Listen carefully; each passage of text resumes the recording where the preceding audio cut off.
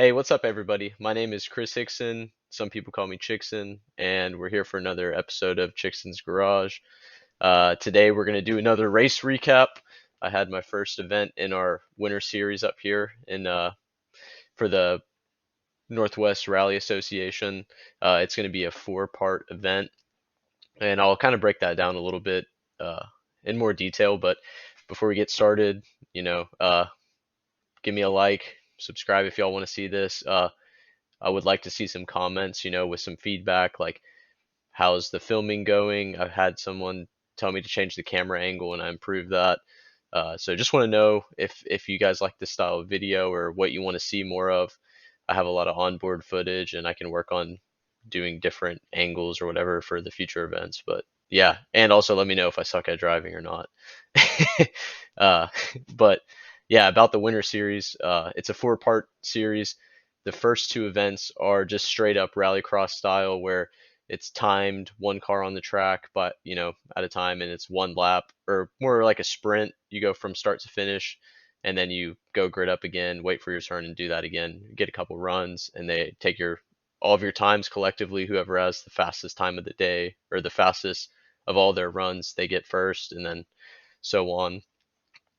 They also implement a point scoring system, so I think first place gets some points, and then decreases as you go down.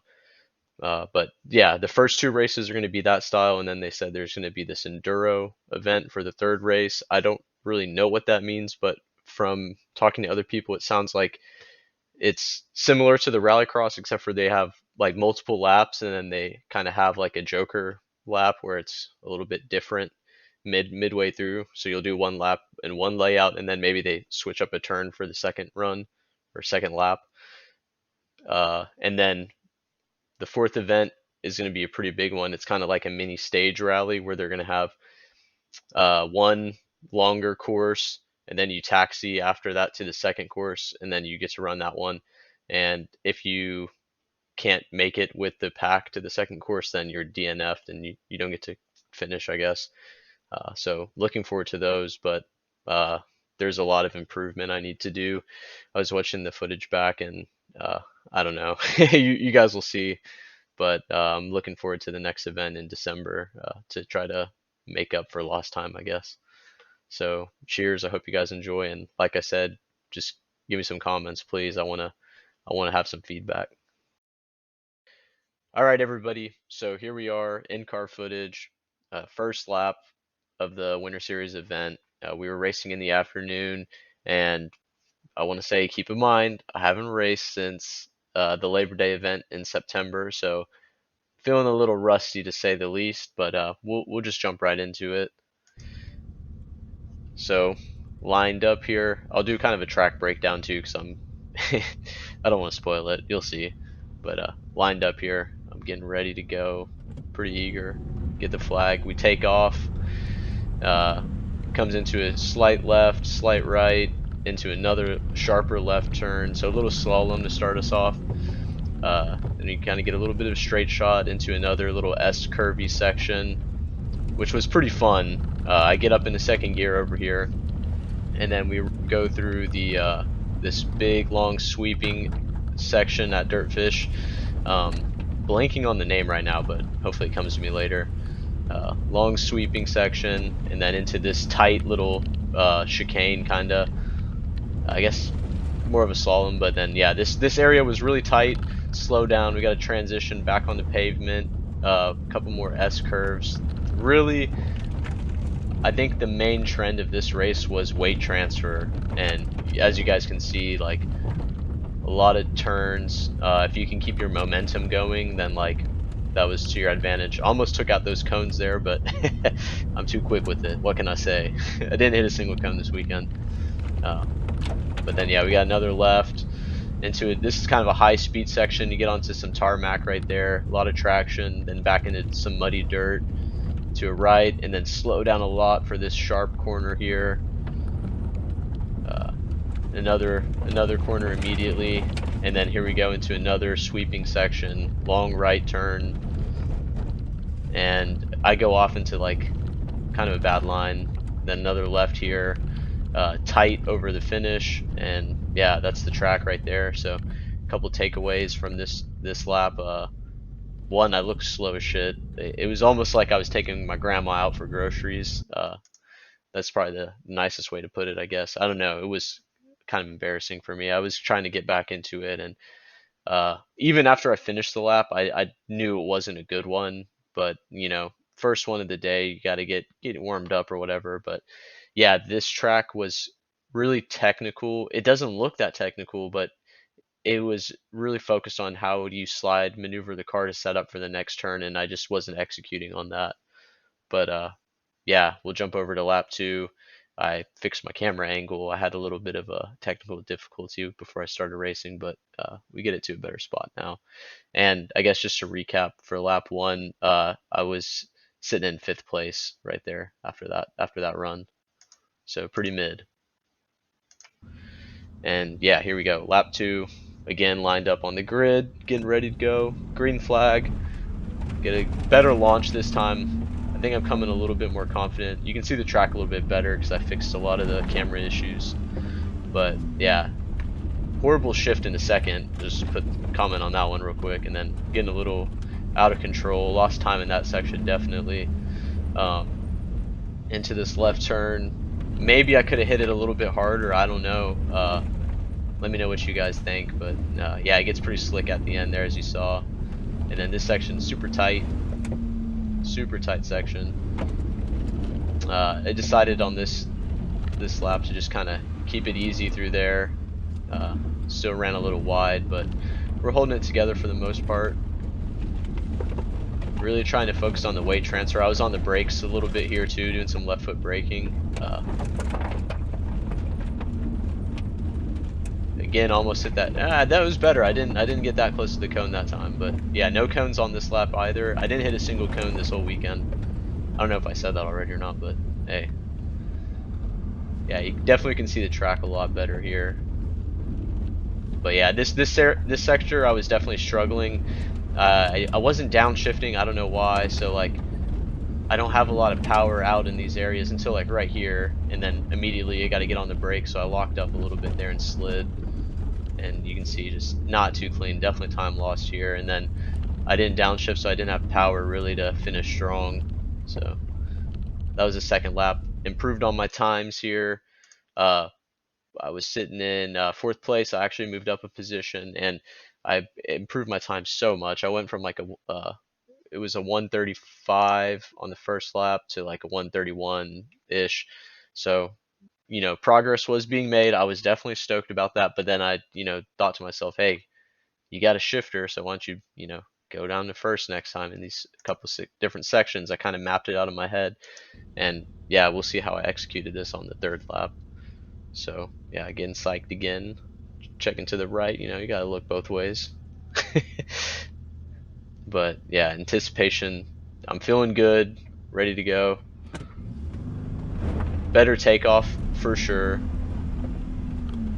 Definitely lost some time there. I was going a little too slow. I could have probably slid the car a little bit better, but smooth shift up to 2nd. Still, maybe I'm getting a little too slidey in the sections. I should have kept it a little bit neater, but hey, what are you gonna do? Yeah, you see I got a little slidey there. I had to correct the steering.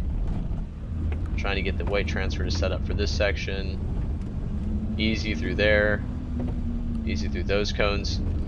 And then horrible downshift. I was over-revved it. I wasn't ready. It was just, yeah, not the best one, but at least I got the downshift done. So coming through this section, I think this was definitely better going through there in 1st gear. I was able to stay in the power band a lot better, and you can see I came out way nicer out of that area where I was kind of coming out wide in the past. So that worked out great. Got it back into 2nd. We're coming around this left-hander. This is, high power section, so good to be in 2nd gear here. And then hit another downshift into 1st. Maybe I could have braked later though, and then got into it closer to the turn. But now you see I have power coming through here. Maybe a little too much because I get to the red line here and back off a little bit. I'm still a little trying to baby the car a little bit. Maybe I should just mash that red line, but stay in 1st, and look at this. Insane amount of power coming out here all the way across the finish. It was beautiful. So lessons definitely learned there. Uh, and I fell back into fifth place after this lap. I put up a time that was actually, I think, my best time of the day, but not by much. I thought I had improved a lot more, but I think the struggle areas were still there. The first section, I think I could have done a lot better. I feel like the middle sector, up until my missed downshift, it was pretty strong. And then really, that might have been where I lost most of the time, was that missed downshift, because like I was in neutral basically, or I had the clutch engaged and I couldn't, I was trying to get it in the gear, and yeah, it just didn't work out too well. But I missed the fourth lap. I lost the video footage of that, but I was able to jump back into fourth place. It looked like the track was getting a little bit more slippery, and so some of these faster cars, they were struggling a little bit and got some penalties, which helped me out. So I bumped back up into fourth place, and I was still on that 1 minute 31 second time. I was pretty consistent the whole weekend, besides that first lap, and yeah, I mean, fourth place. I was thinking to myself going into this final lap, just hold the position. I really wanted to get a podium coming into the weekend, but it is what it is. I wasn't practicing, and I had to pay the consequences for that. So my goal was to try to maintain fourth place. I had a bit of a lead, and from the guy following behind me, but he was pretty close. He was close on my tail, so I was like, yeah, just try to keep it clean. Um, I heard that the track conditions got a little bit better because they had a tractor that came through, and so I was a little confident, and we'll just see what happens. Just gonna foreshadow a little bit, but here we go, lap 5. It's night now also, because it gets dark early in the Pacific Northwest. We were racing in the afternoon, but green flags, we get to go off. Something about night racing, though, it really gets the adrenaline going. So I think I went way faster in that first section there at night. So should have been doing that all day, or afternoon, I should say. This section looked really clean. I had a cleaner line. I stopped doing all the sliding, and I think I was able to go pretty fast through that area. Again, maybe I could have taken this section, a little bit faster, but I don't know. At the time, what could I say? Coming through strong through here, I decided to try to brake later at the end of this section, and yeah, that bit me in the ass, because locked up, couldn't turn right, slid.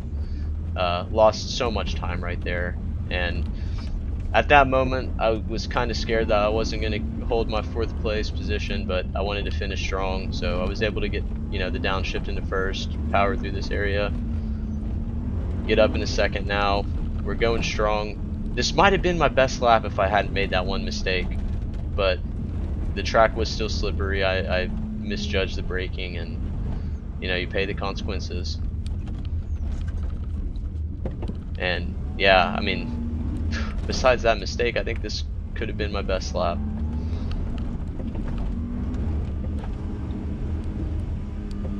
Pretty low visibility, but hey, maybe I should get some more lights, Something I could work on. Power through the finish. And that was the weekend. Unfortunately, with that lockup, it forced me to fall into fifth place, so finished 5th out of 10. It was pretty mid. Shout out to Esteban Ocon, if you guys follow Formula One, most middest driver on the grid. But hey, that was me. First race back in a while, though. So, I mean, all I know is I got to practice more. I need to work on shifting more comfortably. I'm still learning the car. I just barely started driving manual this summer, like a month or 2 months before I started racing. So you can see my struggles a little bit, but working on that. Uh, the other thing is just, I don't know, I've kind of hit a barrier where I'm at like I can push beyond my limits, but I guess I'm just too comfortable in those limits. So I need to find what it is that will take me to the next step up there. And I think weight transfer of the car is one of the areas that I got to work on. This race really exposed that to me, and uh, yeah, I'm just looking forward to the next event. The next track is supposed to be a longer one, so we'll see. That should give me more seat time to try to do better. And just outside of that, I don't know. It's kind of hard to go practice this style of driving, because I'm not going to go out in the streets like a idiot. But again, give me a like, subscribe, keep tuned. I know I've been kind of slacking on posting more content, but I think I want to do like uh, some racing game content. I have a wheel and stuff that could be coming along too. And yeah, just give me other ideas. What do you guys want to see? Do y'all like this format?